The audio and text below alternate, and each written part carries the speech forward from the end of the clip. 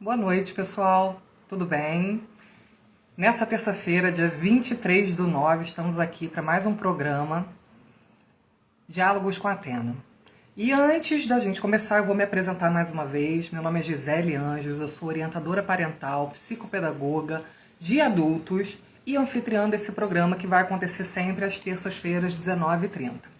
Diálogos com a Atena. O que é esse programa? Esse programa, na verdade, ele tem o objetivo de trazer conteúdo educativo e reflexões para todas as pessoas. E o nosso lema principal aqui é ter conversas interessantes sobre temas relevantes.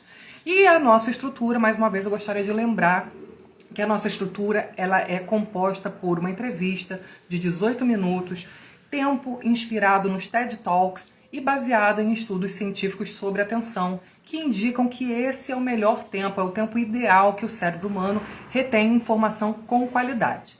No final da nossa entrevista, como sempre, a gente tem um quadro que a gente chama de Para Lembrar e Sentir, em que o nosso entrevistado é desafiado a deixar para nós uma história que nos faça aprender com emoção. E por falar em convidada, a Cris já está aqui ao vivo. E antes de eu receber a Cris, eu vou falar um pouquinho, vou apresentar ela. Deixa eu só trocar aqui, que eu estou olhando aqui na minha cola, né? Então deixa eu apresentar a minha convidada de hoje, que vai trazer pra gente a abordagem psicanalítica da psicologia, e a gente vai mergulhar hoje no poder do inconsciente. É a Cristiana Mello, ela é psicóloga, ela é especialista em psicanálise e saúde mental pela UF, tem 18 anos de experiência clínica atendendo os mais diversos transtornos de saúde mental e 10 anos de atuação como psicóloga de mães e especialista em inteligência parental. Então agora eu vou aqui, a Cris já está me dando um oizinho aqui, vou permitir a entrada da Cris para que a gente possa começar o nosso bate-papo.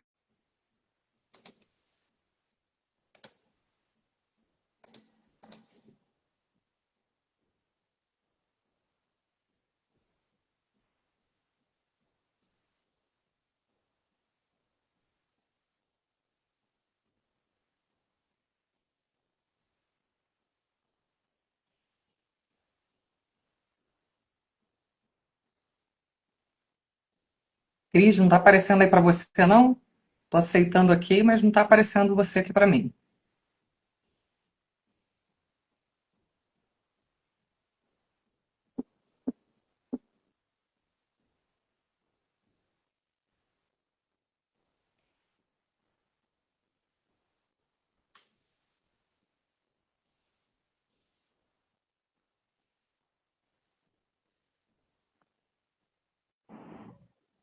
Acho que agora vai. Para mim está aparecendo aqui que a Cris vai entrar.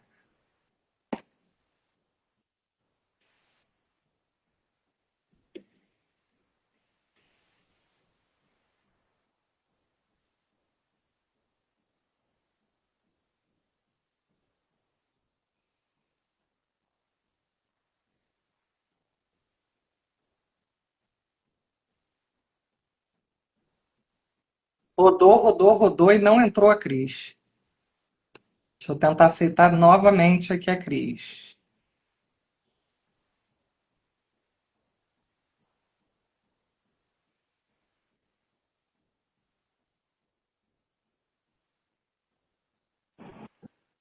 Oi, finalmente. Agora sim, estamos aqui ao vivo com a Cris, depois de umas 15 tentativas aqui de aceitar você, Cris. Seja Ah, bem-vinda ao Diálogos com a obrigada, Atena. obrigada. Tudo bem? Boa noite. Tudo bem, que bom, muito bom receber você aqui para falar sobre um tema Uhum. importante desse, né? Mais uma abordagem da psicologia. E antes de eu começar aqui com as perguntas para a Cris, eu queria fazer logo uma confissão aqui para o nosso público. Hoje de manhã eu estava terminando meus estudos, né, sobre psicanálise, até para me preparar para essa entrevista de hoje. A Cris me mandou material e eu fui pesquisando, pesquisando e não parava. Cada resposta, cada coisa que eu ia pesquisando me dava mais dúvida e eu ia pesquisar mais coisas. Então, assim, gente, eu acho que É 18 assim minutos de mesmo. entrevista vai ser super pouco, né, Cris?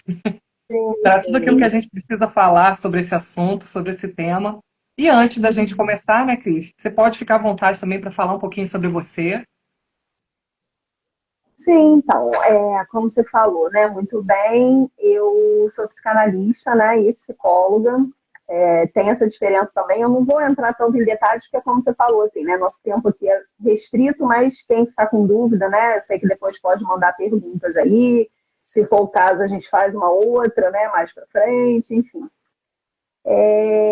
Tem alguns psicanalistas que não são psicólogos, né, então eu sou psicóloga e psicanalista, tenho 18 anos de experiência, né? A psicanálise hoje né, desde que eu estava na faculdade, cada vez mais é a teoria assim, que, para mim, realmente faz sentido, né, por diversas questões que a gente vai estar trazendo aqui. Mas é isso, assim, né, de 10 anos para cá também, como você falou, né, eu tenho me dedicado, assim, não que eu não atenda, né, outros públicos, eu atendo crianças, adultos, jovens, né, adolescentes, mas eu tenho me dedicado ainda mais, né, a fazer orientação e numa abordagem também que eu vou falar um pouco mais para frente, com pais, né, com mães principalmente, que são as que mais me procuram, mas com pais também de crianças até ali o início da adolescência. Muito bem, Cris. Então, para a gente começar, para a gente iniciar, eu acho que a gente tem que começar sempre com aquela pergunta, né? A primeira pergunta é sempre o que é. Então, eu queria que você, até porque você fez uma diferença, né? Nem todo psicanalista é psicólogo. E aí eu queria que você explicasse para a gente, de uma forma simples, primeiro, o que que é a psicanálise, para que a gente possa entender por que tem casos até que a gente tem psicólogo que é psicanalista e tem casos que não.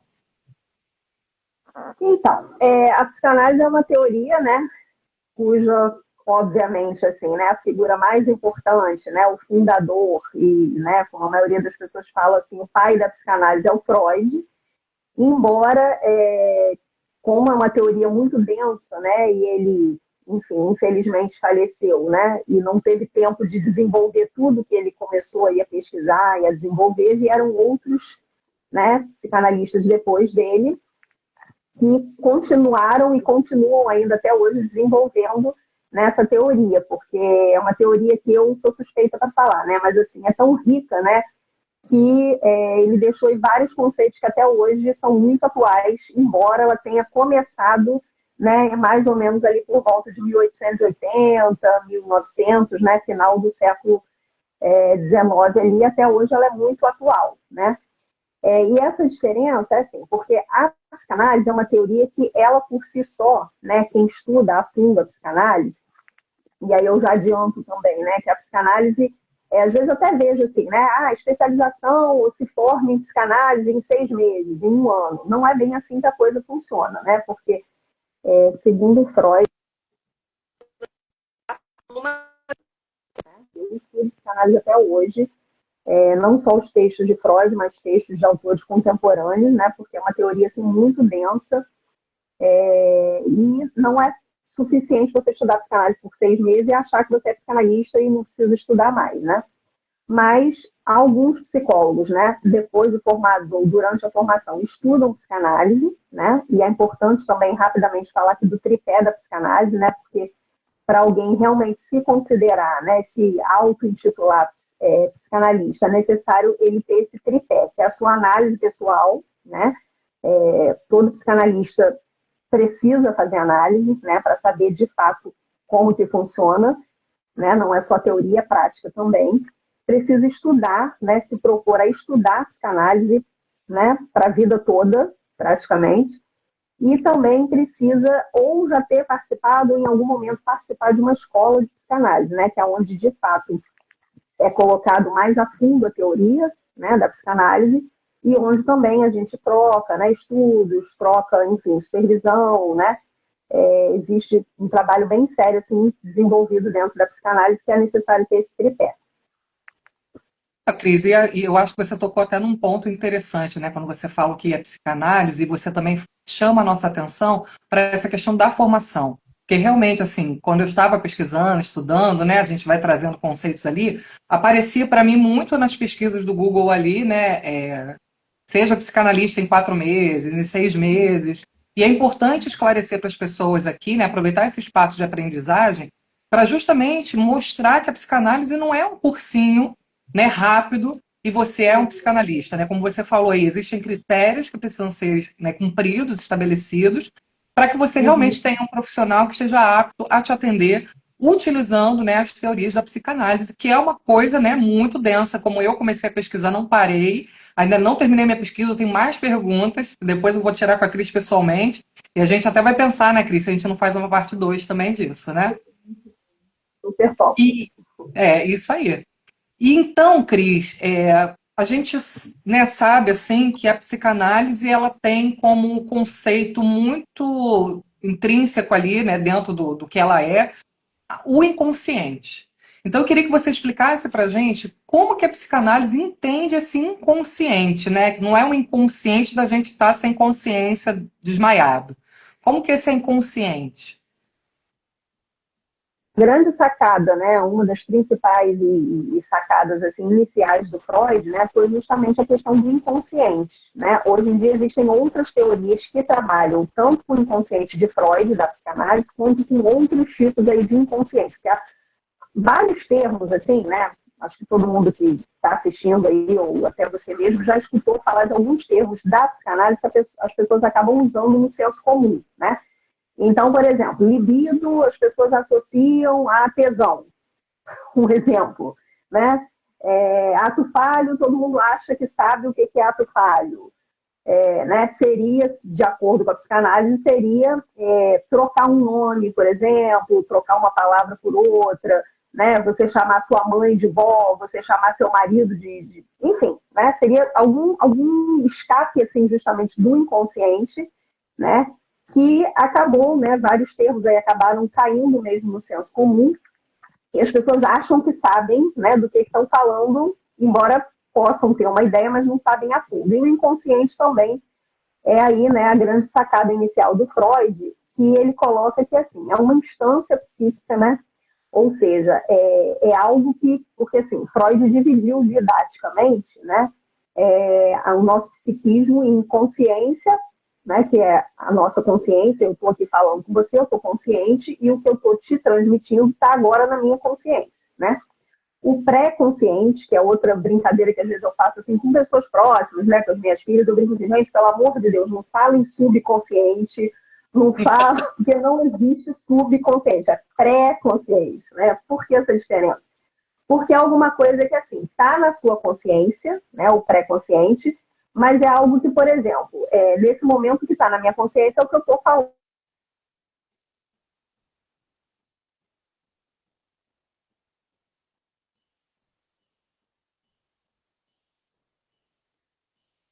Consciência, né? Ou seja, hoje eu estava trabalhando, né, atendendo na clínica, antes de vir para cá, atendi vários pacientes, falei com várias pessoas, então tudo isso, se eu quiser, eu trago a consciência nesse momento, é uma coisa automática, mas nesse momento, isso tudo, esse contexto todo que eu estava fazendo hoje à tarde, não está na minha consciência, está no meu pré-consciente, né? Que é algo que eu posso acessar facilmente.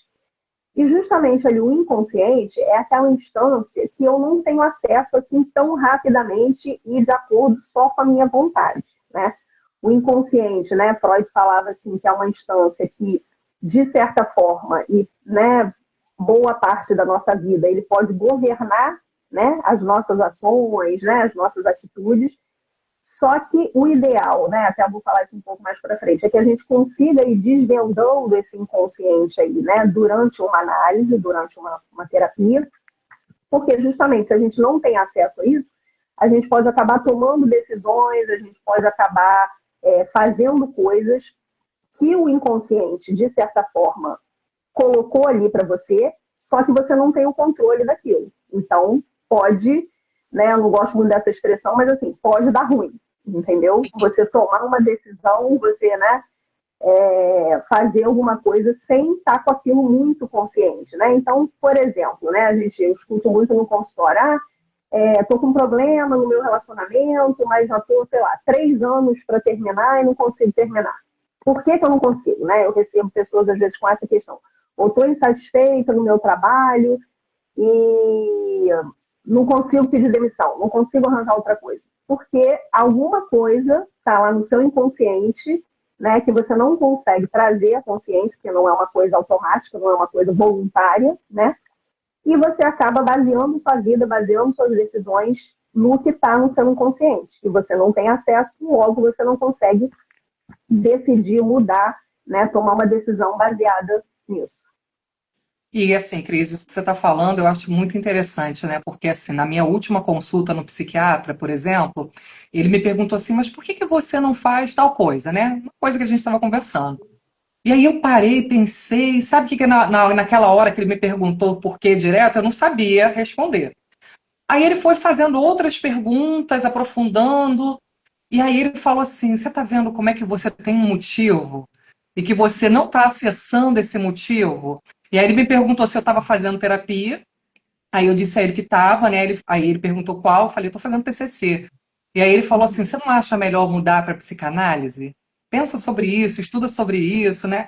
E não tem 2 semanas isso, e a gente está aqui nesse bate-papo falando sobre isso. Eu acho muito pertinente, né? Porque é justamente isso que você está falando. O motivo, talvez, né, da nossa atitude, ela está lá num lugarzinho que a gente não percebeu ainda, né? E às vezes uma conversa ali, uma escuta atenta, com um questionamento, faz com que a gente chegue naquele lugar e consiga entender o nosso motivo que está dentro da gente, né? Mas nesse cantinho meio inacessível, né? Eu acho que a psicanálise, basicamente, pelo menos assim, foi assim que eu compreendi, né? Essas perguntas e esses estudos que a gente fez juntas. E aí, Uhum. Cris, nesse sentido, né, até me perguntando para mim mesmo, enquanto paciente, né, que foi uma sugestão do meu psiquiatra, como que funciona na prática esse processo terapêutico psicanalítico? Então, a psicanálise já sofreu em várias mudanças ao longo desses, né, enfim, 150 anos, mais ou menos, talvez um pouco mais, né? Atualmente, né, assim, não vou dizer que não exista mais, né, mas até por toda a globalização, né, de informação, né, toda advento aí da tecnologia, tudo isso, a psicanálise ortodoxa lá de Freud, né, que funcionava, por exemplo, né, Freud tinha pacientes que ele atendia 3 vezes por semana, na casa da pessoa, né, porque ele considerava que, principalmente no início, né, tudo que a pessoa vai se dando conta e vai trazendo a consciência, é tudo muito novo, às vezes, para a pessoa, né? Então, ele dizia que ele se propunha a fazer um trabalho realmente ali de ajudar o paciente assim, né, mal comparando, né, um exemplo assim, né, se eu tenho um objetivo X de emagrecer, por exemplo, né, quanto mais eu trabalhar com esse objetivo, né, ir para a academia o máximo de vezes que eu conseguir, fazer minha dieta direitinho, eu vou conseguir atingir esse objetivo o mais rápido possível, né? Então, pelo menos num primeiro momento, eu tenho que ter ali aquele foco. Hoje, é claro, a gente sabe que tem psicanalistas que trabalham assim ainda, mas a gente sabe pela nossa vida corrida, por todo o contexto aí, né, do homem contemporâneo, a gente sabe que não é possível ser dessa forma, né? Mas para quem nunca fez terapia, né, ou nunca fez psicanálise, a terapia funciona uma vez na semana, né, um modelo assim básico, né? A não ser quando há uma necessidade, uma vez na semana, né, em torno de 1 hora de consulta, né?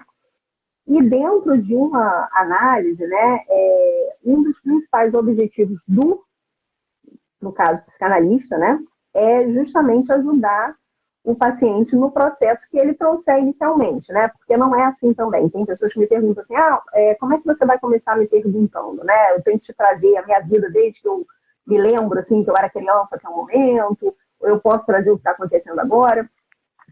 Uma das orientações, né, também iniciais e básicas assim da psicanálise é desenvolver, né, o psicanalista desenvolver a associação livre. Então, eu digo para o paciente, você pode me falar da forma que você achar melhor. Se hoje, no primeiro encontro, você quiser começar falando do seu trabalho, né, porque é algo que está aí te incomodando, enfim, você pode começar. Se você quiser começar a falar de um trauma que você acha que teve lá na infância, que te marcou, também não tem problema nenhum, né?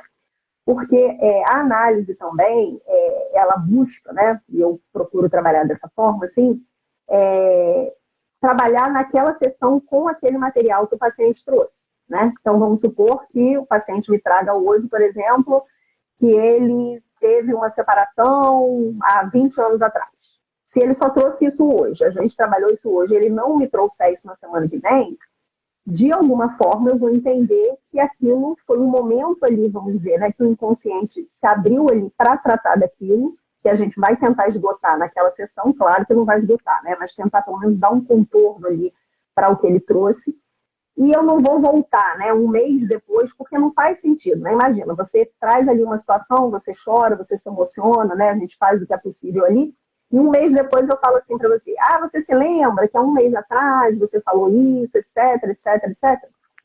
Talvez aquilo não faça nem sentido mais para você daqui a um mês, né? Foi uma situação que surgiu ali. Então, por isso, é tão importante a gente trabalhar com o material que o paciente traz naquela sessão, né?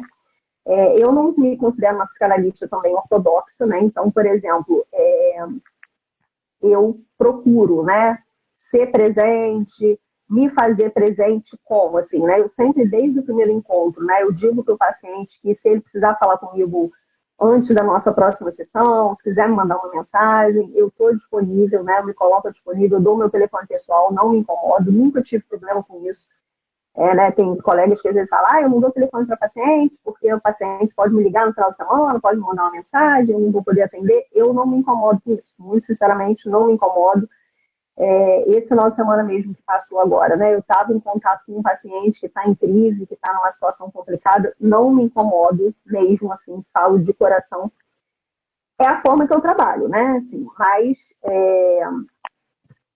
a terapia funciona, né, a psicanálise, uma análise funciona mais ou menos como boa parte das terapias funcionam, né, em torno de 1 hora de sessão. A gente trabalha ali com o material que o paciente trouxer naquela sessão, né, trabalhando sempre com a associação livre, ele vai trazendo e a gente vai trabalhando ali naquele material que ele traz. A questão do tempo também, né, muitos pacientes me perguntam assim, mas quanto tempo dura uma análise, né? Não tem como dizer, né? Inclusive, não estou aqui para criticar, obviamente, nenhuma teoria, mas eu diria que é bom desconfiar, né, de profissionais que prometem, eu resolvo suas questões em 6 meses, em 3 meses, em 20 sessões. É complicado você dizer isso de antemão, né? Você já vender, vamos dizer assim, entre aspas, né, uma ideia que na prática não tem como você saber, né? O Freud dizia assim, que uma análise dura um tempo que o sintoma precisar para surgir ali e para receber um contorno, assim, né? E aí não é o meu tempo, né? Porque eu posso dizer que eu consigo, né? Eu não digo isso, mas estou dizendo assim, né? Algum profissional pode dizer que consegue ali resolver a sua questão em 6 meses, né? Mas eu não, o trabalho é sempre em dupla, assim, né? Não é um trabalho sozinho, sou eu que estou fazendo o trabalho, né? Ou aplicando uma técnica em você, né? É um trabalho conjunto, é um trabalho que depende muito da transferência, né? Que é outro conceito também muito importante da psicanálise, que inclusive eu falo isso com os pacientes, né? Que uma das questões, das ferramentas mais importantes ali do meu trabalho é a transferência. O que é a transferência? Falando assim, né? De uma forma mais sucinta. É aquele encontro, né, com o paciente fazer sentido para ele, principalmente, obviamente, né?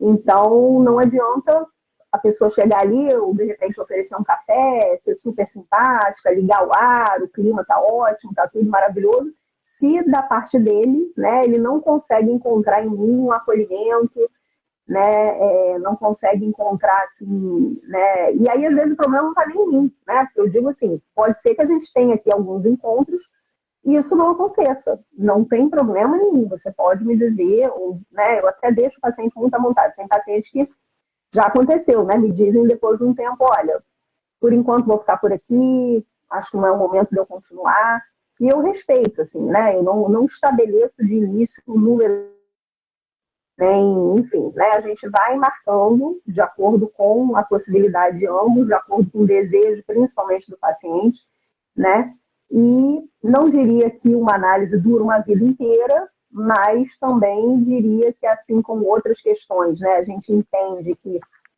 é uma manutenção ali, né, a gente vai precisar talvez ficar por um tempo ali trabalhando, né, a psicanálise também funciona dessa forma. E, Cris, acho interessante quando você fala, né? Hoje em dia não é todo profissional, né, de terapia que tem essa postura, mas eu acho isso muito importante. Quando você fala que você fica acessível para o seu paciente, né, independente ali do dia, da hora da sessão, eu acho que isso tira um pouco assim o desamparo que esse paciente pode sentir ao longo da semana, às vezes enfrentando uma situação difícil. Eu acho que assim, quando o terapeuta se coloca à disposição fora da terapia, ele entende que aquele ser humano ele pode ter uma crise, né? E ele pode precisar desse amparo profissional fora do horário comercial, porque aí você pensa comigo, né? A gente tem uma sessão dentro de um horário comercial, né? Num funcionamento de uma clínica, mas a crise muitas vezes, né? O desamparo, a ajuda, ela precisa acontecer fora desse horário. Né? Então você falou uma coisa interessante, porque assim, uma coisa que eu também, né, enquanto psicopedagoga, principalmente porque eu trabalho com adultos, né, eu deixo muito Uhum. livre, né? Às vezes o paciente está ali numa situação, muitos dos meus pacientes não fazem terapia, porque é um público que veio muito desacreditado, né, da terapia, porque a terapia funciona totalmente diferente da psicopedagogia, né? A gente na psicopedagogia, diferente do que você colocou, que trabalha muito, né, com essa questão mais livre, né? O paciente faz uma livre associação e aí você vai trabalhando, né, de acordo com aquilo que vai apresentando. Na psicopedagogia não é assim, a gente tem atividade que eu preparo, eu passo tarefa para Uhum. casa, então é uma dinâmica diferente. Mas como a Sim. gente trabalha ali com os sofrimentos das pessoas, eu acho muito justo, sabe, a gente estar acessível a esse paciente fora do horário ali da sessão, fora do horário comercial e poder, né, realmente ser um amparo para ele. E a gente sabe, né, eu pelo menos tenho feito isso, né, a todo tempo, você também está aí, né, para dizer que dá certo, né, as pessoas não abusam disso, né, claro que às vezes um ou outro perde a mão, mas nada que a gente não possa contornar. E aí, Uhum. Cris, uma pergunta que eu acho que é importante a gente trazer para o nosso público que está aqui assistindo hoje, que vai ver pelo YouTube depois. Existe um público, né, alvo, ou seja, um público específico para a psicanálise, ou qualquer pessoa pode se beneficiar dessa abordagem terapêutica?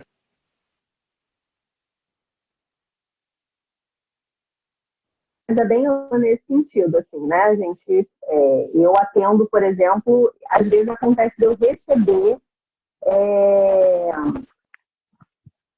pacientes, enfim, né, de outros colegas que não atendem, por exemplo, casos ligados à esquizofrenia, né, psicose, assim, de modo geral, né, bipolaridade. Eu tenho uma colega que ela sempre me encaminha, inclusive ela fala assim, olha, se chegar algum paciente psiquiátrico, eu te encaminho, né, porque realmente ela entende que não é a questão, assim, né, ela não se identifica, enfim, né, e é um público, assim, também, né, é um grupo, assim, de pessoas, né, que tem as suas particularidades, né, eu, particularmente, gosto muito, eu trabalhei em saúde mental, né, para quem é de Niterói, eu trabalhei em Jurujuba, trabalhei na saúde mental bastante tempo, 5 anos, né, fiz a minha especialização em saúde mental, então, assim, realmente não são pessoas, né, que se adaptam a qualquer estilo de atendimento, né? Eu entendo, né, principalmente com essas pessoas que, às vezes, a pessoa está numa crise mesmo e precisa mandar uma mensagem e vai fazer uma diferença eu responder, né? Porque dentro da psicanálise também, né, a gente fala em estruturas, né? Então, a gente fala aí de neurose, psicose e perversão, né? O perverso é aquele que não chega no consultório, por exemplo. Né? O perverso seriam os psicopatas, né? Os sociopatas, enfim, né? Pessoas que cometem aí várias atrocidades, vamos dizer assim, né? E de um profissional da área, se ele for encaminhado pela justiça. Né? Dificilmente ele vai buscar, não vou dizer que é impossível, mas vou dizer que muito dificilmente ele chega porque a forma dele entender, né, a vida e o olhar dele diz para ele que o que ele faz tá ok, assim, né? Ele não vê erro, embora a gente abomine, né, alguns tipos de condutas assim dessas pessoas, ele não tem esse tipo de arrependimento que a gente tem, ele não acha que é errado, né? Porque é um outro funcionamento, né? A gente teria que ter uma outra live só para explicar sobre isso, porque é realmente um funcionamento assim que não faz sentido nenhum para a gente e a forma que a gente age também não faz sentido nenhum para eles, né? Por isso eles saem cometendo tudo isso aí que a gente sabe que comete sem nenhum critério, assim, né? O neurótico seríamos nós, né? Pessoas que trabalham, que vivem, né? Que respeitam a lei, que, né? Enfim, acreditam ainda, né? Apesar de toda a situação aí política, econômica, mundial, enfim, que a gente vive, acreditam ainda que a gente pode continuar trabalhando e pelo trabalho é que a gente, né, vai continuar sustentando nossos filhos e ganhando a vida, né, o trabalho lícito, né, somos nós os neuróticos. E os psicóticos seriam realmente, né, o que a gente fala às vezes assim, paciente psiquiátrico, né, aquelas pessoas que precisam aí de um suporte maior às vezes, né, claro que tem graus isso, assim como o autismo, né, estou dando um exemplo, não que o autismo esteja dentro da psicose, o autismo seria uma outra estrutura, né, que na época Freud não falou muito sobre isso, né, mas hoje a gente já entende que é uma outra estrutura, mas eu estou dando um exemplo do autismo que está muito aí, né, na mídia, né, muitas pessoas têm uma noção, tem parentes, enfim, né, tem familiares e pessoas aí próximas. O autismo a gente fala hoje em dia, né, tem gente que fala, tem hora que é para falar, tem hora que não é, mas em graus, né, alguns precisam de mais suporte, outros de menos. A psicose também estaria mais ou menos, né, seria uma comparação dizer dessa forma. Eu já atendi pacientes psicóticos que têm sua profissão, passaram em concurso público, trabalham, casam, têm sua vida, né, como a de um neurótico, vamos dizer assim. Eu não vou dizer nem que é normal, nem que não é, porque a gente nem usa esse termo mais, mas assim. E, né, e tem outros que não, que tem muitas internações, né, inclusive eu acompanhei, né, trabalhei em Jurujuba, numa enfermaria masculina, né, de pacientes lá em Jurujuba, então, assim, tem pessoas que tinham pacientes que tinham várias internações no mesmo ano, assim, né, internava, ficava às vezes 2 meses internado, tinha alta, ficava 3, 4 meses fora, voltava de novo, e a vida dele, infelizmente, era esse ir e vir aí, né, então uma pessoa com esse quadro clínico assim tão comprometido precisa ter um suporte maior, né, do que alguém que consegue gerir ali sua vida, apesar da questão, né, psiquiátrica, consegue ali gerir sua vida. Mas eu diria que a psicanálise é bem ampla, né, atende crianças, adultos, né, neuróticos, psicóticos, enfim. Não tem um público assim específico, né? Eu acho que vai muito mais do profissional se identificar, né, e atender aí vários públicos ou não, né? Entendi. Ah, que bom. Bom saber que é uma teoria, né, uma abordagem que está a serviço de todas as idades, de todos os públicos. E, Cris, Uhum. antes da gente passar para o nosso quadro Para Lembrar e Sentir, para você contar para a gente uma história marcante aí, eu queria que você, né, encerrasse com a nossa última pergunta, né, já que a gente está no mês de Setembro Amarelo, é o mês de prevenção ao suicídio, né, a gente tem usado os lacinhos amarelos aí e tem falado Uhum. muito desse assunto. Eu queria que você pudesse dizer para a gente, né, da mesma forma que eu perguntei para os outros terapeutas até agora, né, como que a psicanálise, essa abordagem, ela pode contribuir na prevenção do suicídio, no cuidado com a saúde mental como um todo. Então, até quando a gente estava falando sobre as perguntas, né, eu me lembro que eu coloquei assim de alguma forma, né, essa pergunta, né, da prevenção ao suicídio, assim, me lembrou uma questão que uma vez perguntaram para o Freud, assim, se eu não me engano, foi até alguém da área de educação, né, que perguntou se era possível prevenir as neuroses, né, porque Freud falou também de perversão, falou de psicose, né, mas ele se ateve muito mais à neurose, porque a clínica dele, né, assim, só muito rapidamente falando, se eu estiver me estendendo muito no horário, você me chama atenção, mas eu vou tentar ser sucinta agora nesse final. Ele se dedicou muito mais à neurose, né? Porque na época dele, as histéricas, né? Assim, a gente, né, na época era falado assim, né? Que eram mulheres que chegavam a ele justamente porque já tinham passado por outros profissionais da área de saúde, por psiquiatras, por vários outros profissionais, e simplesmente era dito para elas que elas não tinham nada, né? Então, elas receberam esse nome, assim, né, tão carinhoso, só que não, né, de histéricas, né? Porque eram mulheres assim que os médicos diziam que elas não tinham nada, elas eram histéricas, né? Hoje em dia, essa histérica caiu também um pouco assim do senso comum, né? Fala-se muito isso de mulher, ela é histérica, né? Ela é tipo assim, ela é doida, ela não liga para ela não, né? Mas realmente tinha esse teor assim bem pejorativo, né? Que eram mulheres que às vezes paravam de falar, às vezes paravam de andar,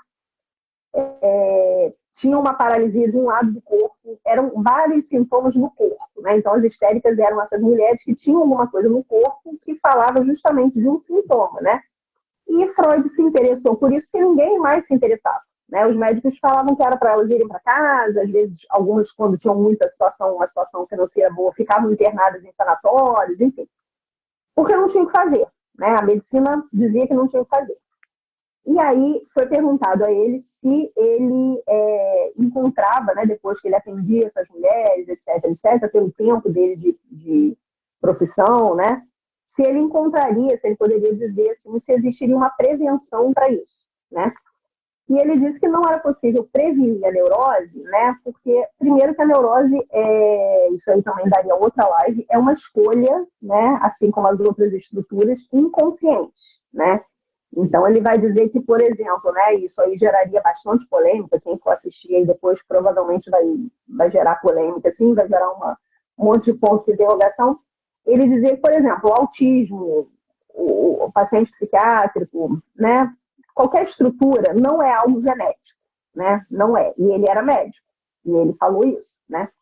É uma escolha inconsciente, né? Então, eu diria também, acrescentaria que outras pessoas falaram depois disso, né? Outros teóricos, que é ali a forma que o sujeito encontra para estar no mundo, né? Então, quando as pessoas falam de cura do autismo, por exemplo, cura disso, cura daquilo, não tem cura, porque essa é a forma que a pessoa encontrou de estar no mundo. Então, o que a gente pode fazer enquanto profissional da área de saúde, ou enfim, né, da área da educação, é dar uma qualidade de vida para aquela pessoa, né, dentro da forma que ela está no mundo. Não quer dizer que ela é melhor, que ela é pior, que ela é anormal, que ela, né? Ela é o que ela é, do jeito que ela é, né? E aí, pensando em tudo isso, não existe uma prevenção a um transtorno ou uma questão mental, né, uma questão de saúde mental. Em relação especificamente ao suicídio, né, nesse mês, eu estou trabalhando, inclusive, nos lugares, né, que eu atendo, assim, eu trabalho em duas instituições, a gente está trabalhando justamente a prevenção ao suicídio no sentido de orientar, principalmente, né, a população de um modo geral, né, a, não diria identificar, mas eu diria ser mais sensível a questão do adoecimento psíquico, né? Porque a pessoa suicida, né, que já tentou e, graças a Deus, eu digo assim, né, não conseguiu, ou que tem um histórico, né? Recentemente eu soube, né, assim, enfim, não vou entrar tanto em detalhes, mas da história de uma pessoa que ela tentou mais de 20 vezes ao longo de muitos anos. Então, assim, essa pessoa, por exemplo, ela vive um adoecimento psíquico grave, né? Não é uma coisa qualquer, assim, né? Não é uma coisa mínima. Não que eu diga que dá para medir adoecimento psíquico, mas o que acontece?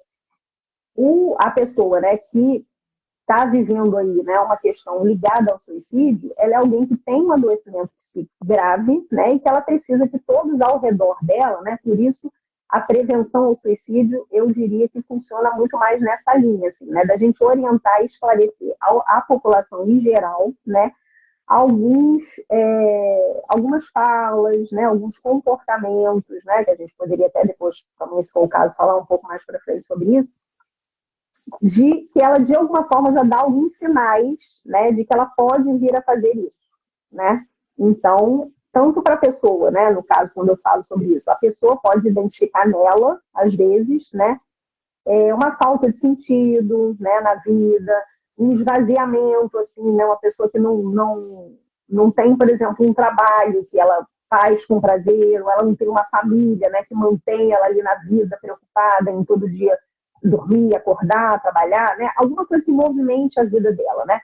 Então, nesse sentido, é uma pessoa, ou não, né? Tem pessoas que têm um trabalho, têm uma família, mas a tristeza, né? A angústia, né? Tem vários exemplos aí de pessoas, inclusive famosas, que a gente sabe que cometeram suicídio, é muito triste, que ela não dava indícios, eu digo assim, para o público, em geral, né? Mas é possível que, não vou afirmar com todas as letras, mas que ela no íntimo dela, né, ali talvez para as pessoas mais próximas, pode ser que ela manifestasse alguma tristeza, alguma angústia, né, que também não vou dizer que se alguém próximo identificou, é responsabilidade da pessoa ela ter conseguido, né, enfim, cometer, né, uma coisa tão grave, não é isso. Mas é importante a gente minimamente apoiar, né, e orientar e esclarecer sobre a importância, inclusive, de buscar ajuda, né, que é isso que eu falo muito, assim, principalmente nesse mês, todos os meses do ano, sempre, né, mas o que eu, né, finalizaria aqui dizendo é que se você identifica, assim, né, alguma angústia muito grande, né, alguma falta de sentido muito grande na sua vida, busque pelo menos uma ajuda no sentido de marcar né, com um profissional da área. Não estou dizendo para fazer uma longa terapia de 20 anos, não é isso, mas pelo menos buscar uma ajuda ali, buscar uma orientação, né, porque o profissional de saúde é o melhor profissional que pode te orientar realmente, se é o caso de você iniciar uma terapia ou não, buscar uma medicação, buscar uma orientação com o médico, né? Então, eu acho sempre que a informação é a melhor forma de prevenção, né? Não só em relação ao suicídio, mas em relação a outras questões também de saúde mental. E isso que você está falando, Cris, né, é uma coisa que eu particularmente não tinha pensado, mas no momento que você foi falando, eu fui refletindo até a minha própria história, né? Eu tive uma crise, né, de um ano aí, vamos botar, de uma depressão muito grave, e que todos os dias eu pensava em tirar a minha vida. E às vezes, hoje, né, as pessoas perguntam assim, mas como que pode você, uma pessoa que estuda, conhece, uma pessoa que tem uma vida bacana, ter esses pensamentos de morte, né? E é justamente isso que você falou. A gente não controla o que a gente vai sentir. É claro que no meu caso, graças a Deus, eu tive pessoas que estavam o tempo todo com as mãos estendidas para me ajudar. Então, era Que bom. terapeuta, era psiquiatra. A psiquiatra, Uhum. na época que eu entrei nessa crise, né, que eu sofri um trauma, ela me estendeu realmente a mão, sabe, de ouvir o que eu tinha para dizer. Não foi aquela consulta rápida que você entra e sai e a pessoa te deu um remédio. Não foi isso. E isso fez toda a diferença. E eu lembro que quando eu Sim. estava saindo, né, dessa crise mais profunda, mais aguda, eu ainda tinha muito pensamento de suicídio, pensamento de morte. E aí, o que que eu Sim. passei a fazer? Né? A minha técnica, eu falo assim, gente, eu não posso ficar pensando nisso, porque pensamento vira ato, né? De tanto a gente ficar pensando, vira ato. E o que que eu passei a fazer? Eu ligava o rádio e ouvia uma música. E a Olha, música tirava aquele pensamento que era um sim, pensamento ruim, que desfocava. era um lugar que eu estava. Eu me sentia como se eu estivesse entrando numa caixa escura, fria, úmida. Uhum. Era assim que eu sentia o meu pensamento. E aí, o que que eu fazia Uhum. toda vez que eu sentia isso? Eu sentia aquele desejo, né, de acabar com a vida mesmo. Porque acontece, gente, isso não é mentira, Uhum. acontece de verdade. Sim. Tanto que existem pessoas que tiram a vida. Mas eu ouvia música, e parece que a música era como se ela chegasse iluminando esse lugar escuro que eu estava, e aí aquele pensamento ia saindo, e aí eu acho que eu fiquei nesse processo ainda pelo menos uns 3 meses, até eu realmente falar assim, cara, agora eu realmente não estou tendo mais aqueles pensamentos. Porque quando a gente vive Uhum. um trauma, né, que tira a gente do prumo, a gente quer acabar com a nossa dor. E eu acho que o Sim. pensamento, né, da pessoa que está, né, nesse ciclo, né, de pensar em morte, tirar a própria vida, é muito isso, né? A gente quer acabar com a dor muitas vezes. E a gente Uhum. pensa que essa é a saída, que é a única saída. E se a gente não está cercado de pessoas ali à nossa volta, com as mãos estendidas para tirar a gente daquele buraco que a gente está, né, daquela caixa escura, Uhum. aí realmente, né, onde as pessoas se veem sem opção e acabam, né, realmente indo para as vias de fato ali. E Sim. aí, Cris, nesse embalo, eu queria que você, né, agora pudesse trazer para a gente uma história, né? E a gente sempre fala, né, esse quadro para lembrar e sentir é justamente para a gente sintetizar como uma história, que história é aquilo que fica, né? Eu gosto muito de quando eu estou dando aula contar uma história. Eu conto história real, eu conto história que eu criei. Eu, né, brinco com isso, porque através das histórias, os pensamentos, os raciocínios, os aprendizados ficam. E aí traz pra gente, Cris, então, a sua história agora nesse quadro, para lembrar e sentir. Então, quando você me falou, né, eu fiquei pensando assim de trazer um caso mesmo, assim, né? Claro, não vou entrar em detalhes aí do caso, enfim, né? Vou tentar trazer aqui de forma rápida também, assim, né, um pouco do que fica para mim, né, dessa pessoa, que eu atendo ainda, já tem mais ou menos um ano e pouco. É um homem, né? E ele tem várias questões de saúde mesmo clínica, assim, né? Então, isso me toca muito, né? Porque, assim, a gente, né? Eu, por exemplo, acredito que você também, né? Quando a gente não tem uma questão de saúde, assim mesmo, né? Muito grave, a gente vai lidando com as coisas, né? Claro que eu volto a dizer, não dá para medir sofrimento, não dá para, não é nada disso que eu estou falando, né? Mas até Freud falava mesmo sobre isso, assim, né? Que algumas questões nos tomam muito, né?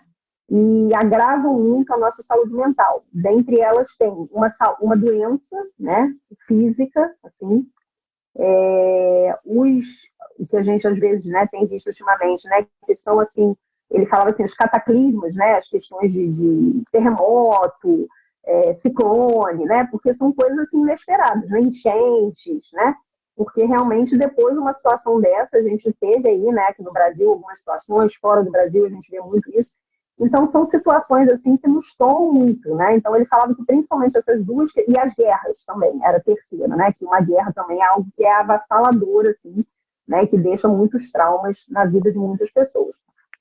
E aí as questões de saúde física, né? Que é o caso desse homem, né? Que eu decidi trazer aqui um pouquinho, dividir com vocês. Ele tem várias questões, né? Ele já teve alguns tipos de câncer, né? Então ele é muito tomado por isso, né? Então ele me procura no momento assim que realmente ele está em remissão, né? O câncer dele está em remissão já há algum tempo, mas mesmo assim é uma coisa que fica meio que aquele fantasma, né? A qualquer momento pode voltar, porque a gente sabe, né, que dentro do tempo aí de 5 anos, né, mais ou menos, a gente sabe que pode voltar, né, alguma questão dessa.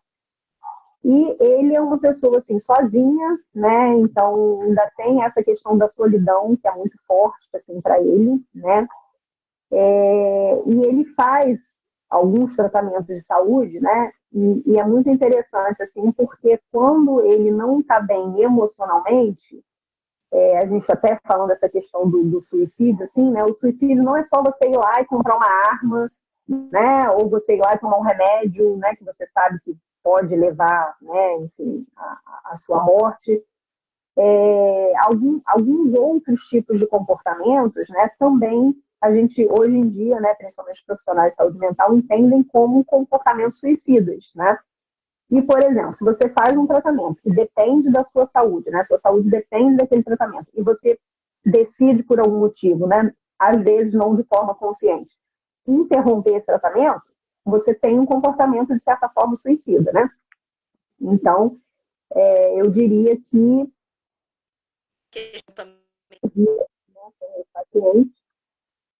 isso tudo faz dele, para mim, hoje, um paciente grave, assim, né? Volto a dizer, não dá para dizer que o adoecimento psíquico um é maior do que o outro, não dá para medir isso, mas tem alguns pacientes, né, que eu, inclusive, repito muito, assim, né, porque eu estava falando aqui no início, né, que eu me coloco à disposição, deixo meu número à disposição, mas ele é um paciente que toda vez que eu atendo, eu falo com ele, olha, me manda uma mensagem, se você precisar, me liga, né, toda vez eu falo e eu reforço isso, e ele levou um tempo para entrar nesse movimento, né, eu diria que ele só começou a me mandar mensagem, me ligar, principalmente no final de semana, que é o momento que ele se sente mais sozinho. Agora, recentemente, depois de um ano, mais ou menos, que eu atendo ele, né? E esse final de semana, por exemplo, foi muito difícil, porque ele me mandou muitos áudios, né? E todo áudio ele me pedia desculpa, olha, desculpa que eu estou te mandando esse áudio, não queria estar fazendo você trabalhar no final de semana. E eu sempre repetia para ele, eu falava, olha, não tem problema, você sabe que eu me coloco à disposição, você sabe que eu não me incomodo de responder. Sábado à noite, por exemplo, né, eu estava falando com ele por áudio, ele diz que prefere não me ligar, porque ele não quer me incomodar, ele me manda e diz que eu posso responder quando eu puder, né? Assim, ele tem esse cuidado, e até isso é interessante, né? Esse cuidado que ele tem comigo, né? Ele acha que ele vai me incomodar se ele me ligar, então ele prefere mandar áudio. E aí foi um trabalho, assim, né? Ele é muito temente a Deus, assim, né? Ele tem a religião dele, enfim. Isso é um recurso também muito importante, né? Embora, claro, eu não vou dizer para ninguém, né? Para o paciente ali, que ele precisa buscar uma religião ou buscar, porque talvez isso não faça sentido para ele, né? Mas quando acontece do paciente me dizer isso, é uma ferramenta que eu uso junto com o paciente ali, né? Porque faz sentido para ele, e esse paciente, no caso, ele já me disse que isso é uma coisa que faz sentido assim para ele, né? E aí, durante o áudio mesmo, né, ele mandou vários áudios, e em um deles ele foi falando, que eu falei para ele, assim, né, você está perdendo um sentido, assim, né, da vida, né, e a gente precisa recuperar isso, eu falei isso para ele, né. Não é simples, não estou dizendo que é fácil, não estou dizendo que a gente vai esgotar isso aqui agora, né? Isso é uma coisa que a gente vem trabalhando, eu falei isso para ele. Mas a gente precisa recuperar esse sentido, né? Que sentido você vê nesse momento, porque ele interrompeu o tratamento dele por um tempo muito maior do que deveria, não deveria interromper de jeito nenhum, mas ele interrompeu e ele estava me dizendo isso, ou seja, ele estava me pedindo ajuda, né? Mas é algo também que eu, enquanto, né, terapeuta, psicólogo, enfim, né, eu não posso dizer para ele, olha, você vai voltar amanhã sem falta, né? Não é assim que as coisas funcionam, né? Porque eu estou entendendo que não está sendo possível para ele, né? E aí, né, nessa questão do sentido, assim, ele me disse, né, a única coisa que faz sentido para mim no momento é Deus, né? Porque família, eu já não tenho mais muito contato com a minha família, amigos vêm e vão, né? Amigos nem sempre, né? A gente tem amigos com os quais a gente pode contar o tempo todo e nessas horas. E aí foi por aí que a gente foi indo, né? Até que ele falou que ia tentar ir para a igreja, né? No dia que fosse possível para ele. E a gente foi nesse sentido ali em contato, né? E eu disse para ele, olha, você pode, saiba que eu tô aqui. E realmente eu tô aqui, assim, né? É uma coisa até assim que cada profissional vai lidar com isso de uma forma, né? Mas eu me considero assim uma profissional que não vive a profissão só lá, como você falou no início, assim, no horário comercial ali, né? Eu realmente, não sei se dá para dizer me envolvo, porque envolver é uma coisa assim muito forte, né? Mas eu me preocupo, né, com os pacientes, digo para eles, né? Disse para ele nesse momento, falei, olha, eu estou preocupado com você, você me dá notícias assim que for possível para você, né? Não diz para ele, olha, me liga amanhã, né? Porque eu sei também que, por mais que eu fique preocupado, né? Eu não posso passar essa angústia para ele, essa preocupação, assim, de forma que isso seja uma pressão para ele, né? Mas eu falei para ele, falei, olha, me dá notícias, tá? Vou ficar aqui, estou aqui, se você precisar, né? E ele depois me deu notícias de que essa semana ele já conseguiu voltar para o tratamento dele, né? Já conseguiu aí retomar. É muito interessante porque ele mesmo me fala assim, eu estou te dizendo e sei que você vai acreditar porque eu não tenho necessidade nenhuma de mentir para você, porque se eu mentir para você, eu estou mentindo para mim, né? E é verdade mesmo. E a outra questão assim também faz muito sentido para mim dentro da psicanálise, né? É a gente ficar com a realidade psíquica daquela pessoa, assim, né? Para mim não me importa se ele realmente foi, se ele não foi, né? Se ele está me dizendo que foi,